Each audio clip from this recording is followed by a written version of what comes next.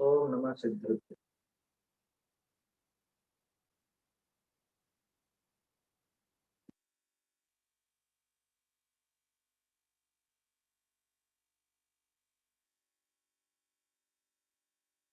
अनमयूनजिनवरिन्दे नरसुरभवनिन्दवन्दे सिद्धे गोच्छामि भावपाहुले संयदे स्थिरसा परमात्म किं वन्दे करे शुद्ध भाव करता करो भाव बाहुड़ तनि देश वचन का सा। कुंद आचार्य देव का भाव पहुड़ ग्रंथ है, इस पर अपनी चर्चा चल रही है। इसमें अपन 25, 26, 27 ये 3 गाथाओं के माध्यम से समझ रहे हैं कि ये जीव ने अनंत भवों से अनंत काल तक विष, वेदना, रक्त क्षय इत्यादि अनेक कारणों से अपमरण करके, कुमरण करके, छोटा मरण करके अनेक दुख उठाए। मुनिराजों पर जो उपसर्ग होता है उसको इसमें शामिल नहीं करना, क्योंकि वो उस मरण में दुखी नहीं होते, एक बात। दूसरी बात, उनका वो मरण मरण नहीं है। मरण तो उसका नाम कि जिसके बाद फिर से जन्म, जब जन्म ही नहीं है अगला तो मरण किस बात, तो वो अपमरण में शामिल नहीं। और यहाँ पर थोड़ी सी चर्चा अकाल मौत जैसी भी है, उसको भी अपन देखेंगे। भावार्थ पर चर्चा करनी बाकी है अभी अपनी। गाथाएं बोल लेते हैं एक बार। विश्वे अणरथ खय भय सत्थक गहन संकिलेशेनम् आहारुस्सासाणम् निरोहणाखिज्जये आऊ हिमजलन सलिल गुरुयर भव्य तरुरुहण पड़न भंगे रस विज जोय धार प्रसंगे विवेक ये तेरे मणोय जम्मे सुरम उवज्जीर्ण बहुवारम अवमिच्छु महादुःखम दिव्यं पत्तोषितं मित्त शस्त्र श्वास निरोध एवं रक्त क्षय संक्लेश से पर जहर से भय वेदना से आयु क्षय हो मरण हो अनिल जल से शीत से पर्वत पतन से वृक्ष से पर धन हरण पर गमन से कुमरण अनेक प्रकार हे मित्र इस विधि नर गति में और गति तिर्यंच में बहुविध अनंते दुख भोगे भयंकर अपमृत्यु। इस प्रकार से तिर्यंच गति में और मनुष्य गति, नर गति है ना, नर गति का अर्थ मनुष्य गति कि मनुष्य पर्याय में और तिर्यंच पर्याय में इस जीव ने अपमृत्यु के भयंकर दुख भोगे।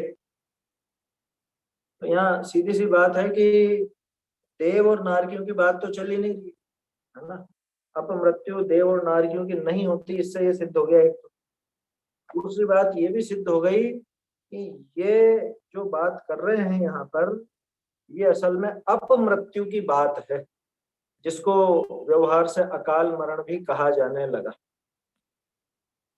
एक बात आप लोगों से कहता हूँ कि जैसे राजवार्तिक या सरवार सिद्धि वगैरह ग्रंथ आप देखोगे ना, तो वहां पे आपको अकाल मृत्यु शब्द बहुत कम मिलेगा, बहुत कम मिलेगा। तो सही, ऐसा नहीं है कि शब्द नहीं, राजवार्तिक में शब्द दिया है अकाल मृत्यु, लेकिन उस पर जोर नहीं दिया आचार्य ने।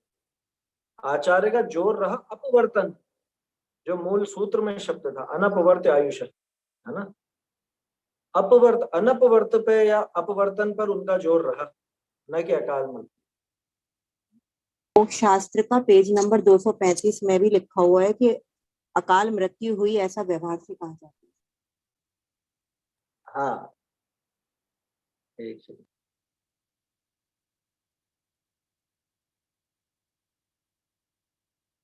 आवाज आ रही है क्या मेरी बराबर?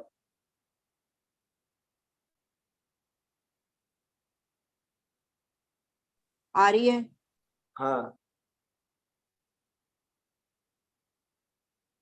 देखो तो अकाल मृत्यु के बारे में भी अगर देखोगे तो वास्तव में वो अपवर्तन की ही बात सामने आएगी, है ना। अपवर्तन की ही बात वहां पर आती है। और अपवर्तन का अर्थ क्या है इसको थोड़ा सा अपन समझते हैं, क्योंकि यही प्रकरण चल रहा था कल। अपवर्तन माने वो कम हो जाना, सीधे शब्दों में कहूं तो, है ना, कम हो जाना। किसका कम हो जाना? कि आयु का कम हो जाना। तो इन बातों से क्या आयु कम हो जाती है? इन कारणों से क्या आयु कम हो जाएगी, ये अपने को देखना है। होती है कि नहीं होती है, ये अपने को समझना है ना। पहले एक बार फिर से भावार्थ पढ़ लेते हैं, फिर चर्चा करते हैं। इस लोक में प्राणी की आयु जहां सोपक्रम आयु बंधी है उसी नियम के अनुसार, यानी निरुपक्रम के अनुसार नहीं, सोपक्रम आयु जहां बंधी है उसी नियम के अनुसार तिर्यंच मनुष्य पर्याय में अनेक कारणों से छिदती है। इससे कुमरण होता है, इससे मरते समय तीव्र दुख होता है तथा खोटे परिणामों से मरण कर फिर दुर्गति ही में पड़ता है। कौन सी गाथा है? गाथा वही 25, 26, 27 का भावार्थ चल रहा है। फिर दुर्गति में ही पड़ता है। इस प्रकार ये जीव संसार में तीव्र महादुख पाता है।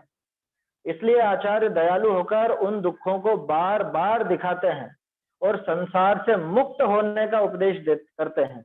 इस प्रकार जानना चाहिए।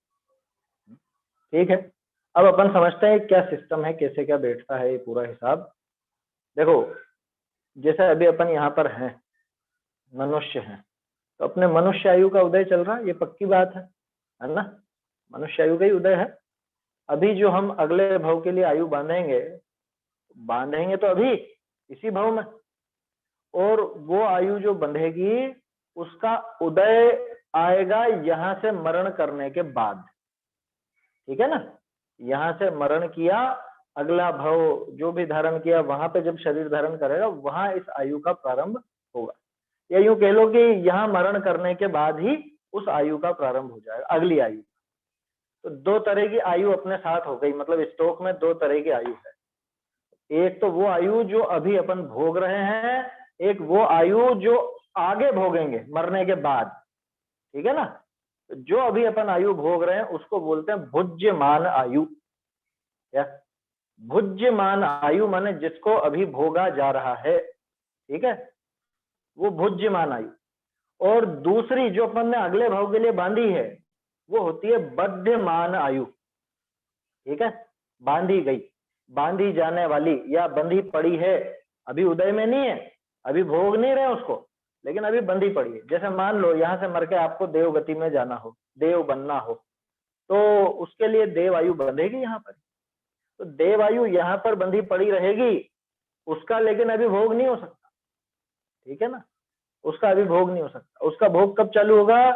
जब ये वर्तमान आयु माने भुज्यमान आयु समाप्त हो जाएगी, तब उसका भोग चालू होगा। ठीक है, एक बात। अब दूसरी बात, एक कितने भवों की बंध सकती है आगे से आगे? सिर्फ एक ही भव की बंधती, सिर्फ अगले भव। उससे बाद वाले की उस भव में बंधेगी, उससे बाद वाले की उस भव में बंधेगी। ये बहुत लंबी नहीं चलती है, आया समझ में? आयु उसी भव में एक ही भव की, अगले ही भव की बंधती है। माने यूं समझो, स्टोक में ज्यादा से ज्यादा दो प्रकार की आयु रह सकती है। एक तो जो वर्तमान भोग रहे हैं वो, और दूसरी जो आगे उदय में आएगी अगले भव की, वो अगले, उसके अगले की नहीं। बाकी सारे कर्म आगे से आगे के बंध जाते है ना। करोड़ों सागरों में जिनकी समझ लो स्थिति होती है, वो कर्म तो सैकड़ों भवों तक चलते हैं। जैसे एक अकेला वो दर्शन मोहनी, 70 कोड़ा कोड़ी का बंद हुआ, जाने कितने अनंतों भव उसमें निकल जाए और वो चलता रहे। लेकिन आयु का ऐसा नहीं है, मतलब सारे ही कर्म कई भवों तक चल सकते हैं जो आज बांधे हो वो, लेकिन आयु में वर्तमान और अगले भव की आयु बस ये दो ही बंधेंगी। दो का मतलब सिर्फ दो ही पार्टिकल हो ऐसा नहीं, दो ही टुकड़े हो ऐसा नहीं, उनके कण तो बहुत होते हैं, कार्बन वर्गणा तो बहुत होती है, लेकिन वो दो ही प्रकार की, एक इस भव की, एक अगले भव। माने यूं समझ लो कि ये जैसे वो मजदूर होते हैं ना, रोज का भोजन रोज ही करते हैं, बस अगले अगले दिन का कोई ठिकाना नहीं, वो वाला हिसाब है ना, वैसा हिसाब है। ज्यादा से ज्यादा अगले अगले भव की आयु इसके पास रहेगी, उससे अगले की नहीं रहेगी। कल तक का माल रहेगा, परसों तक का नहीं रहेगा, इतना समझ लेना। आज का तो अभी खा ही रहे, कल के लिए व्यवस्था है, लेकिन परसों की कोई व्यवस्था नहीं, ऐसा। तो वो उसी भव में बंधती है। तो कब बंधती है, वो सब त्रिभाग वाला सिस्टम है, एक ही आयु में त्रिभाग पढ़ते हैं, तो वो समय आता है, उस समय बंधती है। और जीव के मध्यम परिणाम रहते हैं तब बंधती। मध्यम का मतलब उसके जीवन के मध्यम, नहीं तो कोई सोचे कि मध्यम में तो सभी जीवों का एक जैसा हो गया, सब जीवों का एक जैसा नहीं। उसके वर्तमान भव में जो सबसे तीव्र परिणाम रहे और जो सबसे मंद परिणाम रहे, उसके खुद के व्यक्तिगत, उन दोनों के बीच के परिणाम में वो आयु बंधेगी, उस समय बंधेगी वो आयु। और त्रिभाग में बंधती है। त्रिभाग थोड़ा सा समझ लो, संक्षेप में बता देता हूं। जैसे किसी को 99 वर्ष की आयु बंधी, आयु थी, ठीक है ना, 99 वर्ष की वर्तमान आयु है, तो जब 66 वर्ष हो जाएंगे तब पहला त्रिभाग पड़ेगा। 2/3 कर लेना, 2/3 जब निकल जाए, 1/3 बचे, तब पहला मौका बनता है कि इसके अगले भव की आयु बंधे। अगर उस समय नहीं बंधी तो अब जितनी बची उसका भी 2/3 निकाल दो, माने अब कब पड़ेगा, 66 और 22 और निकाल दो तो 88 साल का होगा, तब दूसरा मौका बनेगा कि इसकी आयु बंध जाएगी। उस समय नहीं बंधी तो अब कितना बचा, अब तो 11 बचा, उस हिसाब से आप लगा लेना हिसाब, है ना, ऐसी गणित लगाओगे तो बैठ जाएगा। उतना जब इसके निकल जाए, 2/3 निकल जाए, 1/3 बचे, मतलब कुल मिला के बची हुई आयु का, वो त्रिभाग के हिस्से की बची हुई आयु का 1/3 बचे, तब इसके मौके बनते हैं ये आयु बंधने के, अगली आयु बंधने। 8 बार ऐसे मौके बनेंगे। इन 8 बार में भी अगर आयु नहीं बंधी तो मरण के अंतर मुहूर्त पहले ही इसके आयु बंधेगी। मरण के अंतर मुहूर्त में तो बंधेगी ही बंधेगी, क्योंकि यहां से खाली हाथ नहीं जा सकता। जाएगा कहां, नहीं तो बताओ, हवा में थोड़ा लटका रहेगा कि अभी आयु का निर्णय होने दो उसके बाद इधर उधर भेजेंगे। अन्य मत में तो है ना, वो त्रिशंकु की तरह लटका रहता है, न स्वर्ग भेज रहे न नरक भेज रहे, कहीं पे भी नहीं भेज रहे, बेचारा लटका हुआ ही है। इसका हिसाब नहीं हुआ क्या, वो क्या नाम है उसका, वो चित्रगुप्त ने हिसाब नहीं करा। यानी हमको पता ही नहीं चलेगा कब हमारे आयु बंद हो रहा है। हाँ, है ना, केवल गम्य है ये भी, वो केवल ज्ञान गम्य है। ये कर्णा नियोग का विषय केवल ज्ञान गम्य ही है, इसलिए ये मत सोचना। बहुत से क्या ऐसे सीधे रहते हैं, अपन 66 साल के होंगे हैं तब, वो 100 साल की सोच के बैठते हैं खुद की आयु कि 66 के होंगे तब अपन भाव सुधार के रखो। अरे किसका किसका पता है बताओ, किसी को पता नहीं है कि कब आयु बंधेगी। अच्छा, ये भी सुनने में आता है कि अष्टमी और 14 को आयु बंद होती है। नहीं नहीं, ऐसा किसने कहा? यह तो बिल्कुल गलत बात है, गप है ये तो। अष्टमी 14 की कोई ऐसी वो बात नहीं बंधे, ऐसा भी नहीं, बंध जाएगी कोई दिक्कत नहीं, वो तो कभी भी बंध सकती है। उसमें अष्टमी 14 से एकम 2 उसका कोई लेना देना नहीं। उससे लेना देना तो ज्यादा से ज्यादा अगर गणित लगाओगे तो वो आयु के त्रिभाग का है। एक त्रिभाग माने 1/3, तो 1/3 आयु जब शेष रहती है तब बंध। तो सबसे पहला मौका तो कुल आयु का 1/3, उस समय नहीं हुआ तो बची हुई आयु का 1/3, उस समय नहीं हुआ तो फिर बची हुई आयु का 1/3 बचे। तो ऐसे ऐसे करके 8 बार मौके बनते, 8 त्रिभाग होते, तो तब आयु नहीं बंधती है, तो मरने के अंतर मुहूर्त पहले वो आयु बंध जाती है। तो बंधती है, उदय में नहीं आती। उदय में कब आएगी कि जब ये वर्तमान भुज्यमान आयु जब पूरी भोग ली जाएगी, इसका अंतिम निषेध खिल जाएगा, तब उसका अगली आयु का उदय हो जाएगा, है ना। वो विग्रह गति में भी वो आयु प्रारंभ है, यूं समझ लेना। विग्रह गति अगली भाव के लिए तो है ना, इस भाव की तो है ही नहीं। विग्रह गति तो अगले भाव के लिए, तो वहां से आयु प्रारंभ हो गई, ऐसा समझ। अगर जन्म लेना है तो मोक्ष जाने वालों के तो आयु का काम ही नहीं, उनके बंधती ही नहीं, है ना, ऐसी बात। तो ये तो हो गया सिस्टम, आयु कब बंधती है, कैसी बनती है। तो अपन ने देख ली 2 तरह की आयु, भुज्यमान और बध्यमान। ये दोनों पड़ी रहे, ठीक है ना। अब बात है अपवर्तन की, मूल मुद्दा तो ये था। और यहाँ जो सोपक्रम और निरुपक्रम शब्द आया, इसको समझ लेते हैं पहले। सोपक्रम माने क्या और निरुपक्रम माने क्या? कि जहां जैसे समझ लो, कल भी अपन ने बात की थी, कल तो जल्दी जल्दी में उदाहरण लिया था, वो यूं समझ लो 100 रुपये हैं, ठीक है, बहुत आसानी से समझ में आएगा। 100 रुपये हैं और 100 दिन है, ठीक है। रोज आपको 1 रुपया खर्च करना है, रोज 1 रुपया खर्च कर रहे हो, बराबर 1-1 रुपया रोज खर्च होता जा रहा है, ठीक है। तो वो 100 रुपये जो है वो बराबर 100 दिन में पूरे हों, तो समझ लेना वो है निरुपक्रम। आया समझ? 1 रुपया रोज का बराबर मात्रा में, वो बराबर अनुपात में वो खत्म होता जा रहा है, वो हो गया निरुपक्रम। और सोपक्रम क्या है?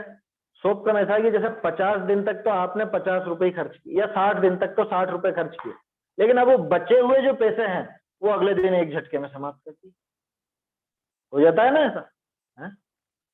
वो अब खैर 1-1 रुपए की तो वो तो कोई हिसाब की बात ही नहीं है, तो उदाहरण के लिए समझाया। आप बड़ा उदाहरण ले लेना, उसमें क्या है।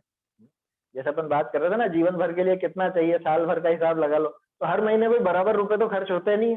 कोई 365 दिन में कोई रोज ही 1-1 रुपया या 100-100 रुपए, 1000 रुपए जो भी है, वो रोज उतने ही खर्च होते हैं, ऐसा तो है नहीं। कभी कम कभी ज्यादा भी हो जाता है। आया समझ?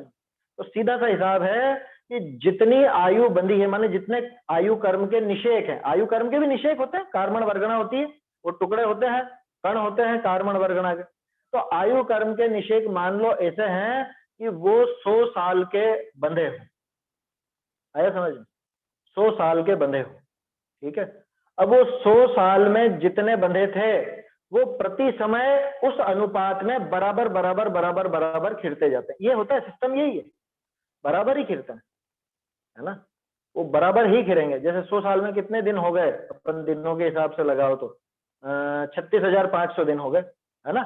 36,500 दिन हो गए। अब यूं समझ लो आपके 36,500 निषेक आयु के बंधे। उदाहरण दे रहा हूं, कोई ऐसे 36,500 ही नहीं बनेंगे, असंख्यात बनेंगे। तो 36,500 निषेक हैं, तो कायदा क्या है कि रोज 1-1 निषेक खत्म हो जाए। ये कायदा है ना, उचित तो यही है। तो रोज 1-1 निषेक खिरता जाएगा, तो समझ लेना कि वो निरुपक्रम आयु है, वो बराबर 100 साल में पूरी हो, उसको कहते हैं निरुपक्रम।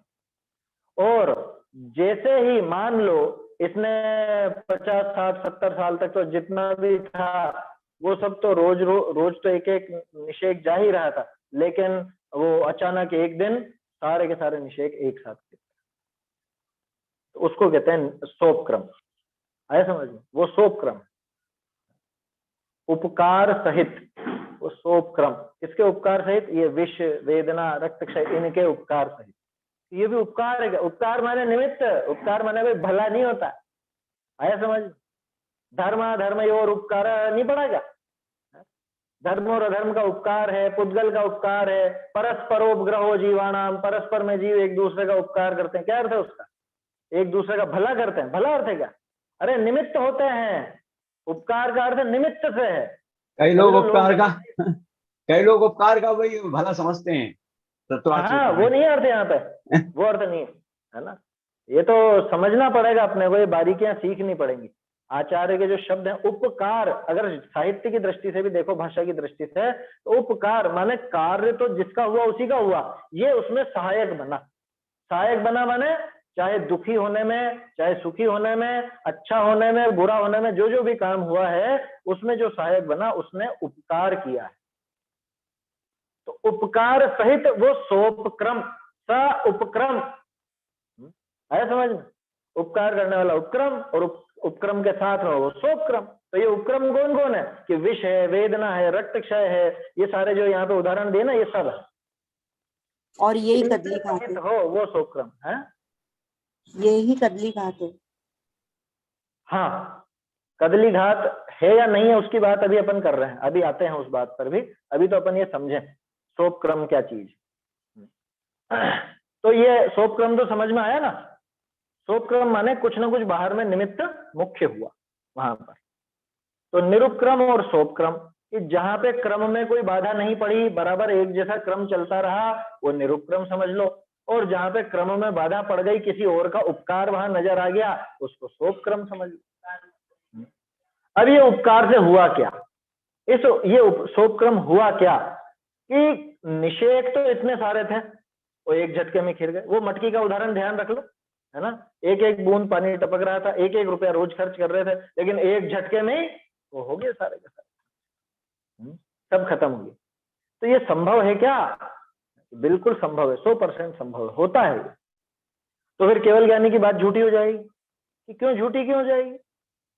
केवल ज्ञानी की बात झूठी क्यों हो जाएगी कि देखो 100 की बंदी थी और 50 में मर गया, 60 में मर गया, तो अरे तो केवल ज्ञानी ने ये भी जाना था कि ये बांधेगा 100 की और आयु खत्म होएगी 60 में, 50 में, जो भी, उनको ये ज्ञान भी तो था ना कि इसके आयु का अपवर्तन हो जाएगा। समझ में ही बात? इसमें क्या बड़ी बात है? अरे ये बांधने से थोड़े, उस समय के भावों के हिसाब से वो कर्मों का काम है पूरा। जब इसने आयु बांधी थी तब इसके भाव इस तरह के थे कि 100 वर्ष की आयु बनी, और जब ये अपवर्तन होना था तब इसके भाव इतने कलुषित हो गए, इतने संक्लिष्ट हो गए कि वो आयु खींच के इधर। आप सब्जी लेकर के आए, है ना, सब्जी तो 2 दिन की लेकर के आए, आपकी 2 दिन है, 2 दिन बाद तो अपना अष्टानिका लगने वाली, मान लो परसों की बात करते, तो अष्टानिका लग रही है, तब तक वो अपने 2 दिन की सब्जी हो जाएगी, 2 दिन का भोजन हो जाएगा। आप ये सोच के लाए थे, उस टाइम पे तो यही भाव थे, लेकिन आपके तो अचानक मेहमान आ गए, क्या ज्यादा जने आ गए खाने वाले, समझ में ही बात? फिर क्या हुआ कि सारी सब्जी आज ही बना लो, बनानी पड़ेगी, क्या करोगे? हुआ ना ये काम। तो सब्जी तो 2 दिन की थी ना, 1 दिन में खत्म हो गई। ये उस टाइम तो भाव ऐसे ही थे, लेकिन अभी भाव ऐसे हो गए कि 1 दिन में होगी वो खत्म, उसमें क्या, कोई बड़ी बात नहीं। अरे ये तो जिनको जुबान का रस बहुत है ना, उन लोगों से पूछो, मिठाई बनी हो, मिठाई बनाते समय तो ये भाव कि 4-5 दिन चलाएंगे, 4-5 दिन तक खाएंगे इसको, लेकिन इतनी अच्छी लगी कि आज ही खत्म कर दी हमने। क्या हुआ है? हाँ, भावों से है ना, जीव के भाव से तो संबंध है कर्मों का, निमित्त निमित्तिक संबंध है, उसमें कोई बड़ी बात नहीं। इसमें केवल ज्ञान पर कोई उंगली नहीं उठती। क्यों नहीं उठती? क्योंकि केवल ज्ञानी को तो ये मालूम है कि ये बांधेगा 100 की, लेकिन ये 50 में निकल लेगा, यहाँ खत्म कर लेगा पहले। तो उसको इसको जो एक साथ आके खिरी, इसको उदीर्णा भी बोल सकते हैं, उदीर्णा हो गई। हाँ, इसको उदेड़ना कहते हैं, इसको उदेड़ना बाद में आने वाले अभी आके मिल गए सब कर्म, या हाँ, ये उदेड़ना ही है ना, यही उदेड़ना है, उदेड़ना है ना, इसको उदेड़ना कहते हैं। भाई वो एक साथ खिल गई, उदय तो वो चल रहा था, आप तो ये समझ लो जो निरुपक्रम था ना वो था उदय, और शोकक्रम हुआ वो होगी उदीर्णा, ठीक है, वो उदीर्णा कहलाती। अन्य जो जीव हैं, अन्य माने देव, नारकी, असंख्यात वर्षों की आयु वाले और तद्भव मोक्षगामी, इनके आयु की उदीर्णा नहीं होती, इनकी आयु अनपवर्त्य होती। यही उस सूत्र का भाव है, इनके अपवर्तन नहीं होता। अब मुझे ये बताओ, पांडवों के और गजकुमार के क्या हुआ? उनके अपवर्तन हुआ या नहीं हुआ? अरे बिल्कुल नहीं हुआ, उनकी आयु उतनी थी, उनके अपवर्तन नहीं हुआ है। समझ में आ रही बात? तद्भव मोक्षगामी के अपवर्तन नहीं होता आयु का। कोई सोचे कि अरे ये तो अगर देखो आग नहीं लगती तो और जीते ना, कि कहां से जीते? आयु उतनी थी और इधर आग का भी निमित्त बना, इसलिए इनके अपवर्तन नहीं होता। समझ में आ रहा है? अपवर्तन की संभावना ही नहीं है। यहाँ तो दूसरे कर्मों की स्थिति घटा करके ये जल्दी मोक्ष जाते हैं, समुद्घात करके, केवली समुद्घात। यहाँ पे आयु को कम क्यों करने लगे? समझ में आ रही बात? ये एक तकनीकी बारीकी है इसमें। क्या भाई, वहां तो समुद्घात करके बाकी 7 कर्मों को और कम करेंगे, तो आयु को कम क्यों करने लगे? आयु कम क्यों होने लगी? आया समझ में? केवली समुद्घात क्यों किया जाता है तो मालूम है ना, कि बाकी कर्मों की स्थिति ज्यादा हो और आयु की स्थिति कम हो, तो उन सबकी स्थिति बराबर करने के लिए। तो आयु की तो वैसे ही कम है, आयु की तो यूं ही कम रहनी है, उसको और कम क्यों करने लगे? इसलिए उनके अपवर्तन नहीं। तद्भव मोक्षगामी के, चाहे आपको ऐसा लगे कि अरे देखो गजकुमार जी तो भरी जवानी में ही वो तो मोक्ष चले गए और ज्यादा जीते, देखो उनके भी अपवर्तन हुआ। नहीं हुआ, बिल्कुल नहीं हुआ, बिल्कुल भी नहीं हुआ। कृष्ण आदि के आप कह सकते हो, कृष्ण आदि का अपवर्तन हुआ आयु का, तो तीर लगने से ऐसा हो गया। और के कह सकते हो, वो तद्भव मोक्षगामी नहीं थे ना, उनके कह सकते हो आप, इनके नहीं कह सकते।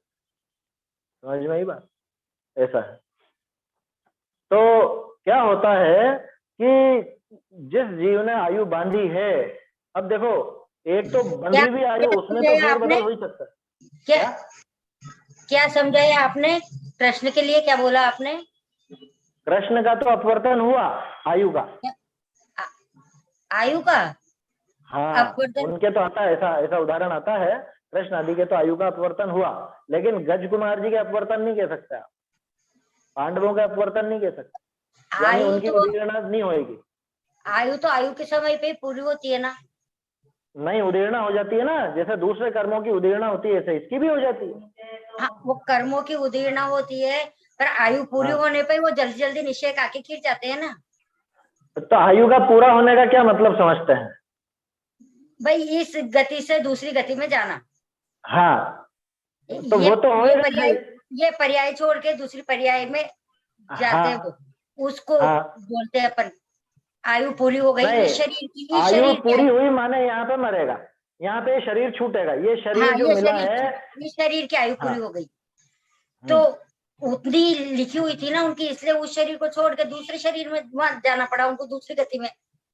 हाँ, देखो लिखी हुई अलग चीज है, लिखी हुई मत बोलो, हाँ, लिखी उनकी हुई बात मतलब अलग है। लिखी हुई ने मतलब इतनी ही थी, हाँ, लिखी हुई ने मतलब इतनी ही थी, हाँ, लिखी हुई नहीं, इतनी ही आप थी। दो चीजों को मिला रहे हो, इसको ऐसे समझो, केवल हाँ। ज्ञानी को बराबर मालूम है हाँ। कि ये आयु तो 100 साल की बांधेगा, हाँ। लेकिन ये 60 साल में ही मरेगा। हाँ, तब बोलो लिखी हुई कितनी है, तो 100 की 60? ये कारण मिलेगा, फिर ये मरेगा, हाँ, इस कारण से ये मरेगा। कारण की बात दूसरे नंबर पे, पहले नंबर पे तो आयु की उदीर्णा होगी। तो आयु की उदीर्णा जब 100 बता हाँ। रहे हो, 60 में हुई तो कोई कारण मिलेगा, जब वो तो फिर भी केवल ज्ञानी के में जर लग रहा है ना। हाँ, सब झलक रहा है उनके, तो तो फिर बाहरी अपन निमित्त तो कोई ना कोई रहेगा ही सही, उसमें क्या दिक्कत है? फिर तो ये जल्दी निश्चय काके खिरे ये नहीं बोलते हैं कि अपन बोलते तो है ना, है ना, जल्दी निषेध आगे गिर काके गया खिरे जो ना, आयु जल्दी उसी का पूरी नाम हो तो गई। उदीर्णा है। हाँ, उदीर्णा हाँ, वो, तो फिर कृष्ण जी के भी ऐसे ही मानेंगे ना अपन को, उनके भी ये उदीर्णा हो के जल्दी आयु पूरी हो हाँ, गई। हाँ, कृष्ण के भी उदीर्णा ही मानी जाएगी, कृष्ण के भी वो क्या बोलते हैं, अपवर्तन माना जाएगा, गज कुमार जी के नहीं माना जाएगा। क्यों नहीं माना जाएगा? नकुल सहदेव के तो उनके, क्योंकि वो तद्भव मोक्षगामी जीवों के आयु का अपवर्तन नहीं होता, ये नियम है। क्योंकि उनको तो दोबारा नकुल जन्म सहदेव लेना की ही बात नहीं नहीं है। है। हाँ, उनको हाँ, दोबारा जन्म लेना ही नहीं है, इसलिए नकुल सहदेव की अपन नहीं कह सकते, क्योंकि वो उस भव में मोक्ष नहीं गए, लेकिन 3 पांडवों की, गज कुमार जी की, इनकी तो अपन पक्का कह सकते हैं कि आयु इतनी ही थी, इनकी निरुपक्रम ही रही, इनकी सोपक्रम नहीं हुई, है ना। बाकी कृष्ण की या और जो जिनका जल्दी ऐसा मरण हुआ, रावण आदि की, इनकी भी कह सकते हैं कि इनके भी सोपक्रम होकर के आयु समाप्त हो गई। आयु बंधी ज्यादा की थी, लेकिन उसका अपवर्तन हो जाता है, उदीर्णा हो जाती है, और इस तरह से वो आयु जल्दी खत्म हो जाती है। अरे वो मटकी का बिल्कुल सटीक उदाहरण है भाई, पानी तो आपके चलना था 1 दिन पूरा, लेकिन वो तो 6 घंटे में पूरा हो गया, ऐसा समझो। अभी बताओ, वो 1 दिन चलना था कि 6 घंटे चलना था? केवल ज्ञान की तरफ से बताओ। केवल ज्ञान तो यही कहेगा कि 6 ही घंटे चलना था, है ना। तुमने 1 दिन का सोच के भरा होगा, लेकिन वो चलना तो 6 घंटे था। तो केवल ज्ञानी का जवाब तो ये है, और केवल ज्ञानी ये भी बता देंगे कि भाई आपने आयु भले 100 साल की बांधी हो, लेकिन ये 100 साल चलेगी कि नहीं चलेगी वो भी उनको पता है। और आयु पूरी हो जाएगी, पर वो कर्म तो भवांतर तक आगे से आगे चलते रहते हैं, फिर अभी नहीं भुगत पाए नहीं, पूरे तो आयु नहीं आगे चलेगी, आगे चलेंगे फिर वो। दूसरे कर्म चलेंगे आगे। आयु तो बताया ना, आयु तो 2 का ही स्ट्रोक रहेगा, वर्तमान की आयु जो तो हो जाएगी, बुद्धिमान है और बुद्धिमान। हाँ आयु तो हो जाएगी, पर वो कर्म बाकी बच गए ना भुगतने के वो लिए, तो जो चलते हैं ना, आगे चलेंगे फिर वो। हाँ, उसमें कोई दिक्कत नहीं है। सब्जी खत्म हुई है आपकी, बाकी चना, आटा, दाल, वो सब चीजें तो है ही सही आया समझ में। सब्जी आपने जल्दी तो खत्म कर ली, आयु लेकिन कर्म का बाकी अपवर्तन हो गया, तो वो नाम हाँ, कर्म और गोत्र कर्म उनका क्या हुआ? उनका भी हो सकता है, कोई बड़ी बात नहीं है भाई। जब आयु की उदीर्णा हो रही है तो बाकी की उदीर्णा में कोई समस्या नहीं है। हाँ चलो, एक चीज और अच्छी आई इस प्रश्न से निकल करके। आपको ये प्रश्न इसलिए खड़ा हुआ होगा कि मनुष्य आयु पूरी हो गई, तो फिर मनुष्य गति रहेगी कि नहीं रहेगी? क्योंकि गति जो है वो नाम कर्म का भेद है, ये समझना पहले तो। आयु का काम अलग है और गति का काम अलग है। गति आपके चारों गतियों का उदय हो सकता है अभी मनुष्य आयु में, आयु एक ही रहेगी उदय में, ध्यान रखना। क्या फिर से, आयु तो एक ही रहेगी उदय में, एक ही आयु का उदय रहेगा। जिस समय जो आप जिस शरीर में हो, जिस आयु को भोग रहे हो, वो ही आयु उदय में रहेगी, है ना। बाकी गति तो चारों में पलटाव हो सकता है, क्योंकि गति है वो नाम कर्म का भेद है। ये सिद्धांतिक थोड़ी सी बारीकी है ना। गति नाम कर्म के अंतर्गत आती है, आयु के अंतर्गत नहीं आती। तो दोनों का काम क्या है? काम ये है, ये मनुष्य शरीर मिलना, मनुष्य शरीर मिलना किसका काम है? गति का या आयु का? गति का। हाँ, ये गति का है ना, गति का है ये। फिर आयु का क्या है? इस शरीर में जीव को टिके रहना, ये है आयु का काम। समझ में आई बात? आयु जो है वो शरीर और जीव का एक बंधन का जोड़ा तय करती कि कितने समय तक ये दोनों एक साथ रहेंगे, कॉन्ट्रैक्ट कितने दिनों का है। और शरीर कैसा भी हो, वो है ना, वो नाम कर्म के ऊपर है ना। वो कैसा भी हो जाए शरीर, उसमें कभी काला हो जाए, कभी गोरा हो जाए, कभी लंबा, कभी मोटा, कभी पतला, कभी जैसे भी, तो वो सारा का सारा डिपार्टमेंट है नाम कर्म का। माने शरीर कैसा रहेगा, कितना रहेगा, कितना नहीं रहेगा, वो सब काम नाम कर्म का। लेकिन शरीर के साथ जीव का संबंध कब तक रहेगा, सिर्फ इतना काम ये आयु का।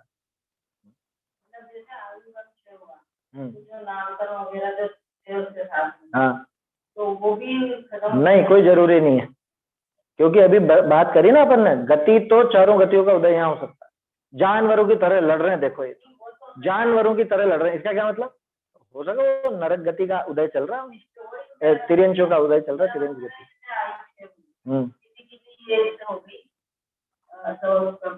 हाँ, जैसे केवली समुद्र एक घाट सेकंड, होता एक है। सेकंड। जो नामकर्म वगैरह जो बनते हुए थे, हाँ, वोट वगैरह, तो वो भी उसी आयु के साथ खत्म नहीं हुआ, जरूरी नहीं है, जरूरी नहीं है। वो बताया ना, वो नाम कर्म है, नाम कर्म में तरह तरह का परिवर्तन होता है, वो समाप्त नहीं होंगे, उनका संक्रमण हो जाएगा, कुछ भी हो जाएगा, इधर का उधर हो जाएंगे, या कैसे भी उदय आ जाएगा उनका, वो हो सकता है, बड़ी बात नहीं है। हाँ, पलट जाएंगे भले, पलटना अलग बात है, खत्म होना अलग बात है। आयु समाप्त हुई है ये समझो, वो कर्म समाप्त नहीं हुआ है, वो पलट के संक्रमित हो सकते हैं, आयु में संक्रमण नहीं होता। ऐसा जरूरी नहीं है, मैं कह रहा हूँ कि वहां पे आपके उन दूसरी गतियों का उदय भी हो सकता है मनुष्य आयु, लेकिन वहां पे आपके तिर्यंच गति का उदय हो, कोई बड़ी बात थोड़ी। और वो अब जो मर गया उसको मिली है, हाँ, तो वो ये तो सारा पेपर वगैरह क्यों नहीं मिलेगा? वो कुत्ता भी बन जाएगा तो भी करोड़ों रुपए भोगेगा वो, उसमें क्या हो गया? वो मर के कुत्ता भी बन गया तो यहाँ तो भले तिर्यंच आयु, लेकिन मनुष्य आयु के साथ जो उसके इतना खाता वेदनी और वो रुपए पैसे मिलने का योग था, वो तो अभी भी चल रहा है, तो वो तो खेल रहा है उनमें, उसमें क्या बड़ी बात है? तिर्यंचों के ऐश नहीं देखेगा अपन कि गाड़ी में बैठे हैं और 5-7 तो नौकर लगे हुए हैं पूरे, वो सब चीजें होती तो हैं, तो उसमें कोई बड़ी बात नहीं। सिर्फ एक आयु का समझना, आयु एक बार में एक ही उदय में रहती है, उसी का उदय चलता है, जैसे और अगले भाव की आयु भी बंधेगी। जैसे कोई गरीब के पैदा हो जाता है, उसके कर्म अच्छे घर में पैदा होने तो वहाँ पहुंच जाता है, अच्छे घरों में पहुंच जाता है, फिर लालन पोषण बड़े घरों में होता है, फिर उसका राजा क्या होता है, कोई बड़ी बात नहीं, कर्म तो उसको वहाँ ले जाएंगे गरीब के यहाँ से उठा के। हाँ, कुछ चीजें ऐसी हैं जो सिर्फ उस निश्चित आयु के साथ ही चलेगी, तो उनका भले आप कह सकते हो कि हाँ ये नहीं रहेंगे इसके साथ, तो नहीं रहेंगे का मतलब खत्म हो जाएंगे ऐसा नहीं, वो संक्रमित हो जाएंगे, कोई बड़ी बात। आप क्या कह रहे थे एक और? मैं ये बोल रही थी कि जैसे केवली समुद्र घाट होता है, तो भगवान की जब आयु अंतर में रह जाती है, तो नाम कर्म और गोत्र कर्म जो बाकी रह जाते हैं, तो उनको पूरा करने के लिए वो केवली समुद्र घाट होता है। हाँ, तो उनके वो सब बराबर हो जाते हैं। तो ऐसे हम लोगों के भी होते हैं कि अपन लोगों के भी? नहीं, अपने ऐसा नहीं होता, क्योंकि अपने बराबर नहीं करना है ना, बराबर करके जाना कहाँ है? अभी तो संसार में भटकना ही है। समुद्र घाट तो अपने होता है ना, समुद्र घाट नहीं है, वो समुद्र घाट है। तो केवली समुद्घात जो है वो सभी कर्मों की स्थिति एक लेवल में करने के लिए होता है, क्योंकि उनको एक साथ ही सबको खिलाना है। आगे पीछे रह ही नहीं सकते ना, कैसे रहेंगे, प्रैक्टिकली संभव नहीं है। आयु बची नहीं, वो नाम कर्म का उदय क्या कर लेगा बताओ? गोत्र कर्म का उदय किसके लिए रहेगा? जब आयु नहीं बची, शरीर ही नहीं रहा, तो नाम कर्म और वो गोत्र कर्म या वेदनी कर्म कहाँ काम आए? इसलिए उन सबको एक साथ ही खिरना पड़ता है। एक साथ खिराने के लिए उनकी स्थिति एक समान करनी पड़ती है। तो एक समान करने के लिए वो केवली समुद्घात होता है। लेकिन अपने दूसरे समुद्घात होते हैं, उनमें ये कर्मों का काम नहीं होता। अपने और समुद्घात तो होते हैं, कर्मों के लिए नहीं होते। लेकिन वो क्या, क्योंकि अपने को हिसाब चुका के कहाँ जाना है? उनको तो हिसाब खत्म करना है, यहाँ का संसार का पूरा हिसाब जीरो करना है हर एक कर्म का। अपने को कहाँ जाना? अपन मान लो स्वर्ग में भी चले गए या नरक में भी चले गए, तो यहाँ जो कर्म है वो वहां पे उदय देंगे। उसमें क्या है? संक्रमित होके उदय देंगे, पलट के उदय देंगे, या वैसे भी दे देंगे। उसमें क्या बड़ी बात है? ऐसा समझना। तो जहां पे पूरा हिसाब चुकता करना हो, वहां तो कर्मों की स्थिति एक करने की बात है। अपना तो अभी हिसाब बहुत बाकी है? अपना तो मोक्ष जब जाएंगे तभी जाकर के वो काम होगा, केवली समुद्घात। अपने तो कषाय एक समुद्घात, वेदना समुद्घात तो अपने चलता है, अपने होता है। हाँ वेदना समुद्घात, हाँ, कषाय होता है, समुद्घात, मारणांतिक भी होता है। हाँ, ये सब होता है ना, हाँ, ये मारणांतिक तो होता चलता है, रहता है। कषाय होता है, वेदना होता है, कई तरह के 7 प्रकार के समुद्घात होते हैं। ये सब गाथाएं हैं गोमटसार जीव कांड आदि में। 7 प्रकार के समुद्घात होते हैं, उनमें से केवली समुद्घात केवल ज्ञानियों के होते हैं, बाकी के 6 तो अपन जैसे जीवों के होते हैं। ऐसा। हाँ, मारणांतिक समुद्घात किसी किसी को हो जाता है, अगले भव में कहाँ पे जन्म लेने वाला है वहां उस स्थान का स्पर्श करके आ जाते हैं आत्म प्रदेश। तो ये सबके नहीं होता? नहीं, सबके नियम नहीं है, किसी किसी के होता है। बहुत से यूं सोचते हैं कि मरने पे तो सबके प्रदेश बाहर निकल के और वहां होकर के आते हैं। ऐसा नहीं है, मर के सीधे वहां चले जाते हैं। वो तो आया समझ में? यहाँ रहते हुए और अगले भव के जन्म स्थान को स्पर्श करके वापस लौटे, उसका नाम मारणांतिक समुद्घात। समुद्घात की परिभाषा तो ऐसी है, ऐसी मूल शरीर में छिंडीय उत्तर देहस्य जीव पिंडस्य निगमनम देहादो हवदिहु समुद्घादो नाम। क्या? उत्तर शरीर का निकलना है ना, उत्तर शरीर के साथ, मतलब मूल शरीर को छोड़े बिना आत्म प्रदेशों का उत्तर शरीर के, उत्तर शरीर कौन सा? कार्बन और तेजस, तेजस कार्बन शरीर के साथ मूल शरीर तो अपना हो गया है उदारिक शरीर। इस उदारिक शरीर को भी छोड़ा नहीं है जीव ने, माने अभी आयु यही चल रही है ना, ये छोड़ देगा तो ये आयु समाप्त होने पर छोड़ता है। तो मूल शरीर को नहीं छोड़ा और उत्तर शरीर के साथ बाहर निकलता है ना, आत्म प्रदेश बाहर निकलते हैं, उसको कहते हैं समुद्घात। और बाहर हमेशा के लिए नहीं निकल जाते, वो निकल के वापिस आते, क्योंकि निकल जाए तो इधर आयु समाप्त हो तब निकले, ऐसा होता। और समुद्घात हमेशा मरण के समय हो ऐसा नहीं है, जीवित में भी होता है। तेजस समुद्घात, आहारक समुद्घात, ये सब जिंदा नहीं होता, ऐसा है। वो तो मुनियों के होते हैं।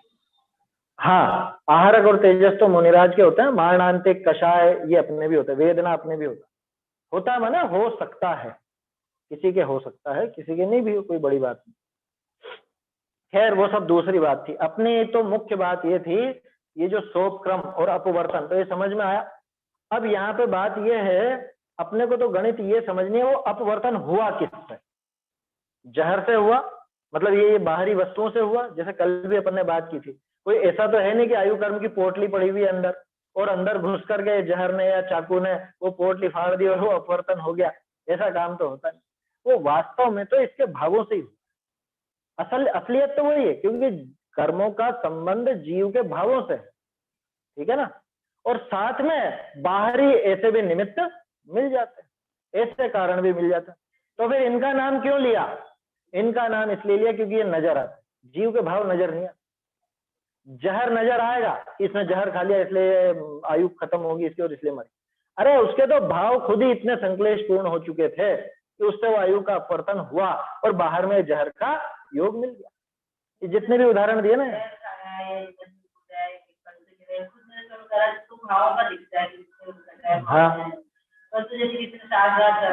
हाँ, अब वो बात जैसे एक्सीडेंट में मर गए, गिर करके मर गए, ये आया ना यहाँ पे, पेड़ से गिर गया, पर्वत से गिर गया, ये सब भी हुआ। तो वास्तव में तो उसके भी अपवर्तन हुआ है। वहां पे दोनों बातें लगेंगी, ध्यान रखना, क्योंकि ये भी संभव है कि कदाचित उसकी आयु इतनी थी, थी नहीं ज्यादा। कोई 30 साल की उम्र में मर जाए तो ये नियम नहीं है कि वो उसकी आयु घट करके मरा है, वो आयु बंधी ही उतनी है, उसमें क्या समस्या है। 30 साल की आयु बांध करके लाया था, 30 साल की आयु भोगी और मर गया। अब वो चाहे एक्सीडेंट में मरा, चाहे पहाड़ से गिर के मरा, कैसे भी मरा, तो वो भी हो सकता है। और दूसरा ये भी हो सकता है कि आयु तो बंधी थी ज्यादा, लेकिन उसके वो अपवर्तन हो गया, उसमें कोई बड़ी बात। ध्यान रखना अब एक बारीक बात, बद्धमान आयु माने अगले भाव की आयु, उसमें तो आप कमी भी कर सकते हो और बढ़ा भी सकते हो। अपने परिणामों के हिसाब से वो आयु घट भी सकती है और बढ़ भी सकती है। लेकिन जो भुज्यमान आयु है ये बढ़ नहीं सकती। क्या बढ़ेगी नहीं? अपवर्तन तो संभव है, वो तो देख लिया अपन, माने घट तो सकती है, बढ़ेगी नहीं, इसमें बढ़ोतरी नहीं होती। आप अगर यहाँ पर 70 वर्ष की आयु बांध करके आए हो तो 70 वर्ष से वो 71 नहीं होगी। हाँ, 70 की 60 जरूर हो सकती, अपवर्तन जरूर संभव है ना, ऐसा। लेकिन अब सबसे खास बात जो बता रहा हूं, अपवर्तन हो चाहे वो उत्कर्षण हो, कुछ भी हो, बद्धमान का हो चाहे भुज्यमान का हो, जो निश्चित है होगा वही। समझ में ही बात? हो गया तो वो निश्चित ही, जैसे कैसे निश्चित है 100 की बांधी थी और 60 में, अरे 100 का बांधना निश्चित था और 60 में खत्म होना भी निश्चित था, वो अपवर्तन भी तो निश्चित था ना। असली बात यह है, सबसे असली बात, सबसे आगे की बात। इसलिए वो विकल्प नहीं करना, चलो देखो घट भी तो ज्यादा, घट भी, अरे सब हो जाता है, लेकिन जो भी होता है सब निश्चित कालक्रम के अनुसार ही। 100 की बांधी और 100 की भोगेगा वो भी निश्चित है, 100 की बांधी 60 की भोग करके पूरा खत्म करेगा वो भी निश्चित, वो सब निश्चित है, वो केवल ज्ञानी को मालूम। और जो ये नहीं मानता, जो अपवर्तन के नाम पे केवल ज्ञान को चैलेंज करता है, वो तो जैनी ही नहीं है, उसने तो जैन धर्म पे नाश कर। समझ में आई बात? क्योंकि केवल ज्ञान में चुनौती दे दी, उसने चैलेंज कर दिया। केवल ज्ञान ही क्या बचा है? जब केवल ज्ञान ही नहीं बचा तो फिर क्या है जैन दर्शन क्या है? किसके आधार पर ये बात है? या आयु कर्म की बात नहीं रहेगी, क्यों? क्योंकि आयु कर्म बताने वाला कौन था? केवल ज्ञानी तो है।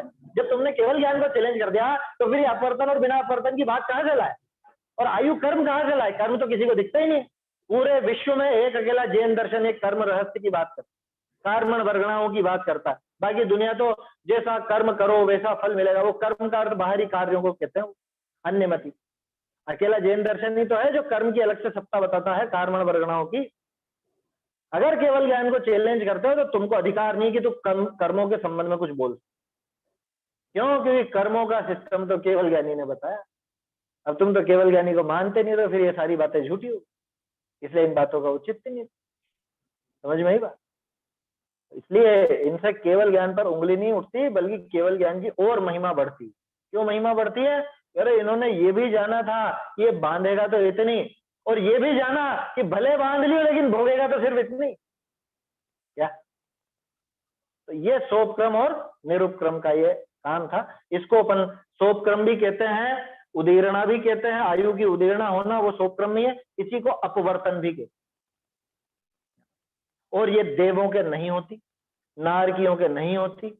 जो भोग भूमि के जीव हैं, असंख्य वर्षों की आयु वाले, जिनकी आयु गिनती में नहीं आती, ऐसे बिना गिनती की आयु वाले जो जीव हैं उनके भी ये नहीं होती। और तद्भव मोक्षगामी जीवों के भी ये अपवर्तन, उदीर्णा, सोपक्रमपना नहीं। बाकी जितने तिर्यंच और मनुष्य उनके हो सकता है, होता हो ये नियम नहीं, हो सकता है ना, क्योंकि निरुपक्रम भी होती, कोई दोनों तरह की बैठती है यहाँ पर। तो बात ऐसी बात मेरे ख्याल से ये काफी कुछ इसमें खुलासा हुआ होगा, आप लोगों को समझ में आई होगी ये बात। और विशेष तो आप तत्वार सूत्र का 53वां सूत्र पढ़ेंगे और उसकी टीकाएं पढ़ेंगे, सर्वार्थ सिद्धि राजवार्तिक वगैरह, तो अच्छे से समझ में। जैसे संक्षेप में अपन ने वो बात सारी की सारी कर ही ली है, जितनी भी बातें हैं। तो क्या कहा? इस लोक में प्राणी की आयु जहां सोपक्रम आयु बंधी। अच्छा, एक और बात ये मैंने आपको बताई दी थी, ये ब्रैकेट में जो लिखा है ये अनुवादकों ने लिखा है, जयचंद जी ने नहीं लिखा। तो चाहो तो आप निशान लगा सकते हो कि ये जयचंद जी द्वारा लिखा हुआ नहीं। गलत है ऐसा नहीं कह रहा हूं मैं, लिखा तो सही है, गलत नहीं है, लेकिन वो जयचंद जी ने नहीं दिया था ये इसीलिए ब्रैकेट में डाला।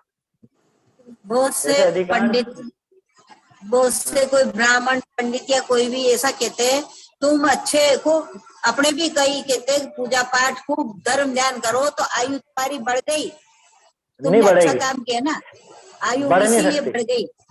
भाई। बद्यमान आयु बढ़ सकती है, भुज्यमान बढ़ नहीं सकती। भुज्यमान अच्छा, जो वर्तमान में भोग रहे हैं उसको तो कोई नहीं बढ़ा, उसको तो नहीं बढ़ा सकता, वो नहीं बढ़ेगी। अब वो तो सब फालतू की बंधी बातें हुई हैं, में बढ़ जाती। वो तो बहाने हैं उनके। उन्होंने तो आपसे कह दी थी कि आप 65 में कितने में निपट जाओगे, हैं? अभी मैं तो हाँ, अभी तक जिंदी हूँ, तो वो क्या कहे कि अरे तुमने पूजा पाठ बहुत करे ना इसलिए तुम्हारी आयु बढ़ गई। तुमने अच्छे काम पूजा पाठ ज्यादा करते हो तो आयु बढ़ गई तुम्हारी। ऐसे सब गप्पे हैं, और इन लोगों के पास जाना व्यर्थ में अपना समय बिगाड़ना है क्या? उन बातों में कोई तंत्र नहीं। केवल ज्ञानी ने जो देखा है, जितनी निश्चित है क्रम में वो उतनी भोगनी है, उतनी रहनी है, उससे कम या ज्यादा कुछ नहीं करना। इसलिए वो उन विकल्पों में पढ़ना ही नहीं चाहिए, घबराना ही नहीं चाहिए बिल्कुल। जैसे कोई व्यक्ति जिंदगी भर पाप करे और 2-5 साल हाँ। अच्छे पुण्य के काम कर ले तो क्या होता है?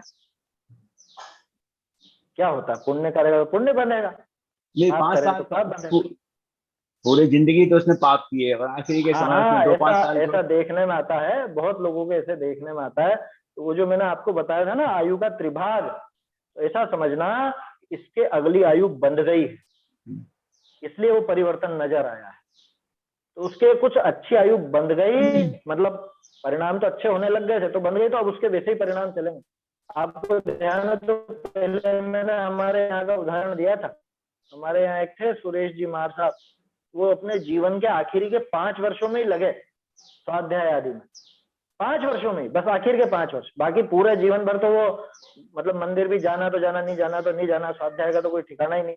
और बल्कि मतलब ठीक है ना, जैसा भी था उनका आचरण, लेकिन आखिर के 5 वर्षों में बहुत परिवर्तन नजर आया, भावों में भी और उनके जीवन में भी। तो इससे क्या सिद्ध होता है कि भाई ये इनके अगली आयु बंध गई होगी। एक अंदाजा लगा रहे हैं, 100% उसमें भी नहीं कह सकते, अपन अंदाजा लगा रहे हैं कि उनकी आयु बंध गई होगी अच्छी, तो उनके भाव अच्छे हो गए, अच्छे मतलब सुधरे हुए चलने लगे आखिर।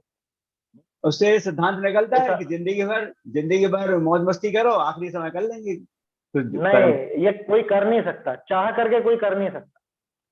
ये तो परिणाम वैसे बन गए वो अलग बात है, जैसे जीवन भर नहीं करा वो आखिर में कर लेगा, इसकी क्या गारंटी। यहाँ तो कहते हैं कि आखिर में जब तेरी आंखें काम नहीं करेगी तब तू क्या पढ़ेगा, आखिर में जब कान काम नहीं करेंगे तब क्या सुनेगा। तो अभी जब कर रहे हैं, जब तो तू ना पढ़ रहा है ना सुन रहा है, मतलब शास्त्राभ्यास आदि नहीं कर रहा है, और आखिर में जाकर के क्या कर लेगा। यहाँ जरा सा सिर दुखता है उसमें तो वो छोड़ भगता है, सिर दुखता है तो उसमें कुछ सुहाता नहीं है, वहां आखिर में क्या कर लेगा। जब पूरे ही हाथ पांव इस तरह से दुखेंगे और परेशानी रहेगी तरह तरह की, तो आखिर पे छोड़ना या आखिरी समय में हम धर्म कर लेंगे, आखिर समय पे धर्म मार्ग में लग जाएंगे, पूरे बहाने हैं, झूठी बात है। कोई कोई ऐसा हो जाए वो अपवाद मार्ग है, राजमार्ग नहीं। अमूमन तो यही देखने में आता, पूरा जीवन जैसा चलता है वैसे ही बिता देता, ऐसा कैसे ही खोटे परिणाम करते हुए अच्छी आयु कैसे बांध सकता है? नहीं बांध सकता ना। तो अभी तो आपने कहा कि 5 साल में उसके परिवर्तन हो गया, ये तो उसके परिणाम सुधर गए ना, परिणाम सुधरने लगे तो आयु बंधी, और जब आयु बंधी तो फिर परिणाम आगे भी वैसे ही चलने लगे। मैंने ये कहा कि उन्होंने वो खोटा काम करते करते अच्छी आयु बांधी, मैंने तो ये कहा कि कुछ परिणाम सुधरे होंगे और आयु बंधी होगी, उसके बाद वो परिणाम फिर सुधरे हुए चलने लगे। और कोई आमूल चूल परिवर्तन हो जाता हो ऐसा भी नहीं है ना, जो भी है थोड़ा बहुत उसमें फर्क पड़ता है, वो तो एक अंदाजा लगाया जाता है। क्या किसी जीव के बहुत ऐसे तीव्र कषाय के परिणाम चलने लगे आखिरी समय में, तो अपन एक अंदाजा लगा रहे थे इसकी आयु खोटी बंध चुकी होगी, इसीलिए ऐसे काम करते, क्योंकि आयु बंधती हुई दिखती नहीं है, अपने को मालूम भी नहीं पड़ेगा अपनी आयु बंध गई होगी। आया समझ? तो 8 त्रिभाग में कब आयु बंध जाए कोई पता थोड़े ना, अपने में से क्या पता किस चीज की आयु पहले ही बंध चुकी है या अभी बंधी हो, है किसको मालूम। ताते परिणामन की संभाल में गाफिल मत हुए है प्राणी। क्या भागचंद जी ने सार दे दिया है, इसलिए अपने परिणामों की संभाल में गाफिल नहीं होना, किसी भी समय आयु बंध सकती है। सोचो आप तीव्र पाप के परिणाम जिस समय कर रहे हो, तीव्र कषाय के परिणाम कर रहे हो, उस समय आयु बंध गई तो है ये तो नरक निगोद जाना पड़ेगा, तिरंज में जाना पड़ेगा। इसलिए परिणामों की संभाल में गाफिल नहीं होना। और जो आप कह रहे हो ना कि आखिर के 5 साल में कर लेंगे, जिंदगी भर तो मौज से रहो। तो आयु जब पहले ही बंध जाएगी तो आखिर में कर कैसे लेगा ये? समझ में आ रही है बात? अपन तो वही उदाहरण लेके चलो, 66 साल की आयु में इसके तिरंज की आयु बंध गई। अब ये बताओ ये कब धर्म में लग जाएगा? लगेगा ही नहीं, 3 साल में। ऐसा अपवाद भी है। अपवाद कैसा है कि आयु बढ़ने के बाद भी सम्यक स्वादि प्राप्त होते देखे हैं, तो होता, लेकिन वो रेयर केस है। अपवाद मार्ग है, राजमार्ग आया समझ? ऐसा है। तो ये अपवर्तन की बात है। करण लब्धि में भी ऐसा कुछ है क्या कि आयु पूरी नहीं होती है कि नहीं बनती, ऐसा कुछ है क्या करण लब्धि के साथ भी? नहीं, करण लब्धि का इससे कोई लेना देना नहीं। आयु पूरी होना कुछ करण लब्धि चल रही होगी तो मरेगा नहीं उस समय। हाँ, वो मरेगा नहीं। हाँ, बस यही पूछ रही हाँ, करण लब्धि के काल में मरता नहीं, तो वो तो जरा सी देर की बात है, उसमें कोई विशेष बात, थोड़ी सी देर की। तीसरा गुण स्थान है, तीसरे गुण स्थान में मरण नहीं होता, तीसरे गुण स्थान में आयु भी नहीं बंधती, ये भी विशेष था। तीसरे गुण स्थान में न तो मरता है, न तीसरे गुण स्थान में आयु बंधती। ऐसे ही विशेष बातें हो तो बारीकियां हैं, और सबसे खास चीज है वो अपने को किसी को पता नहीं चलता। सब कर्मों का सिस्टम है, केवल ज्ञानी जानते हैं, अंदर अंदर सब होता रहता। देखो समय हो गया है, तो क्या कहा, इस लोक में प्राणी की आयु जहां 100 क्रम आयु बंधी है, माने वो एक झटके में खत्म होने वाली, उस नियम के अनुसार तिर्यंच मनुष्य पर्यायों में अनेक कारणों से, ये कारण नंबर 2, कारण नंबर 1 तो खुद गई है ना, वो आयु का उदीर्ण होना, और कारण नंबर 2 ये जो विश्व वेदना वगैरह ये सब बताए, अनेक कारणों से छिदती है, इससे कुमरण होता है, इससे मरते समय तीव्र दुख होता है। ये बात भी, अरे जहर खा लेगा तो कोई हंसते हंसते थोड़ा मरेगा, रोते रोते तो मरेगा। आया समझ में? कुछ भी ऐसा काम हो, ये जो भी बताए यहाँ पे, तो मरते समय बहुत खोटे परिणाम होते हैं, तीव्र दुख होता है, और वहां पे संक्लेश परिणाम होने के कारण क्या होगा, फिर से उगति मिली।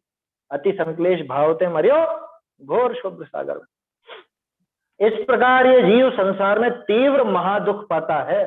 कब तक?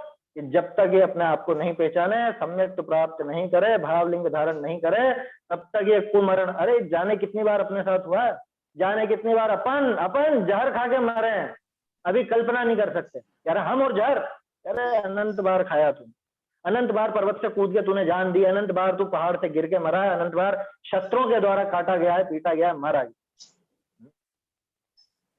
विश्वास नहीं आता। माँ के पेट का विश्वास होता है क्या? माँ के पेट में तो थे ना, तो जैसे वहां थे अभी मालूम नहीं पड़ता, ऐसे ये सारी भी दशाएं अपने ऊपर बीत चुकी हैं, ये स्वीकार करे चाहे नहीं करे, उससे क्या फर्क पड़ता?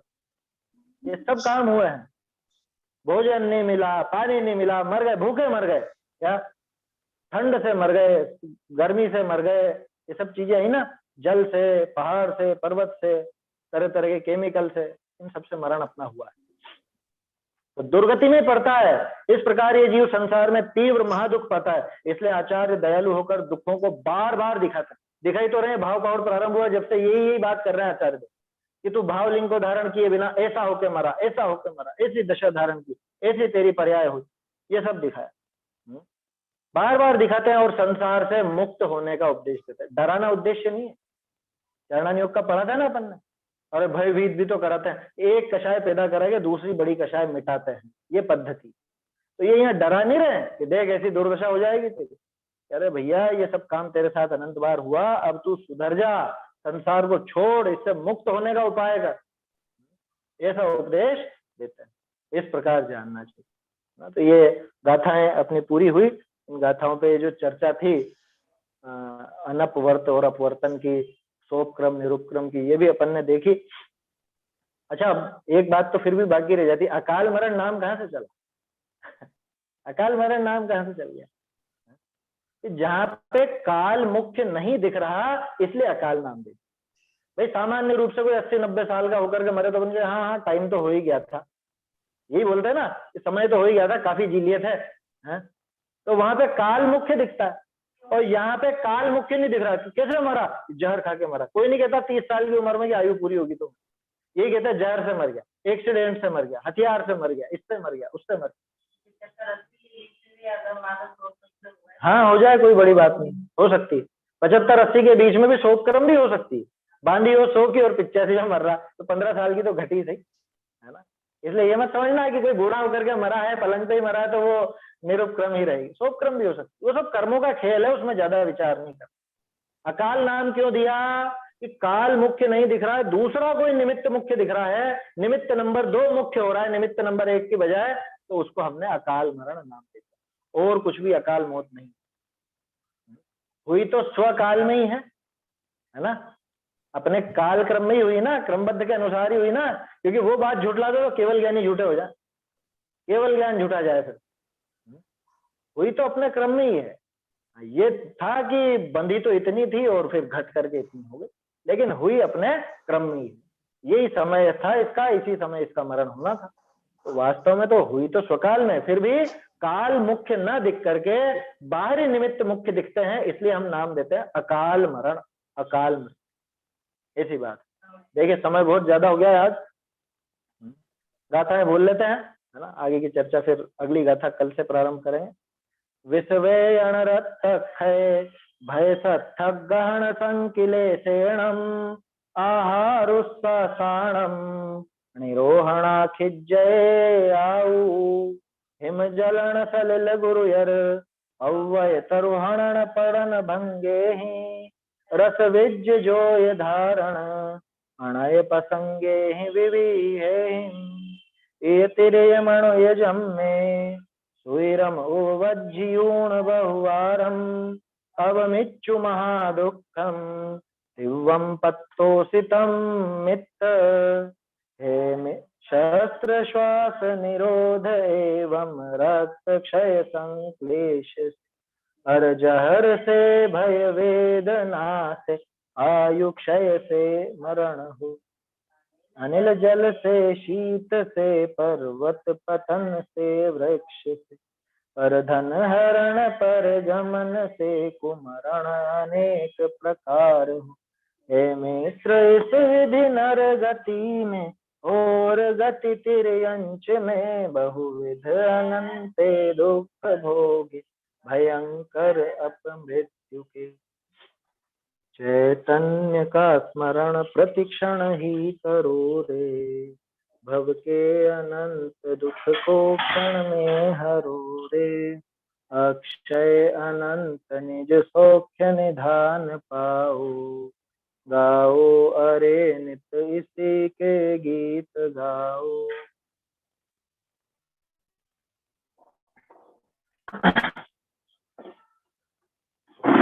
जिनवाणी स्तुति।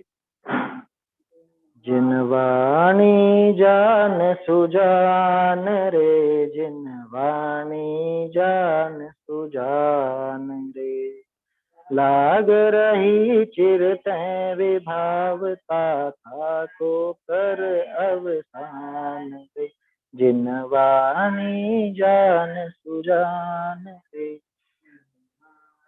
जान सुजान रे द्रव्य क्षेत्र रुकाल भाव की कथनी को पहचान रे जाहि पिछाने स्वपर भेद सब जाने परत निधान रे जिनवाणी जान सुजान रे जिनवाणी जान सुजान तिन ही ने भानी संसतिवान रे अब जाने अरु जानेंगे जैसे पावे शिव थान रे जिनवाणी जान सुजान रे जिनवाणी जान सुजान कह तुष माश मुनि शिव भूति पायो केवल ज्ञान रे यों लखी दौलत सतत करो भवि जिन वचनामृत पान जिनवाणी जान सुजान रे जिन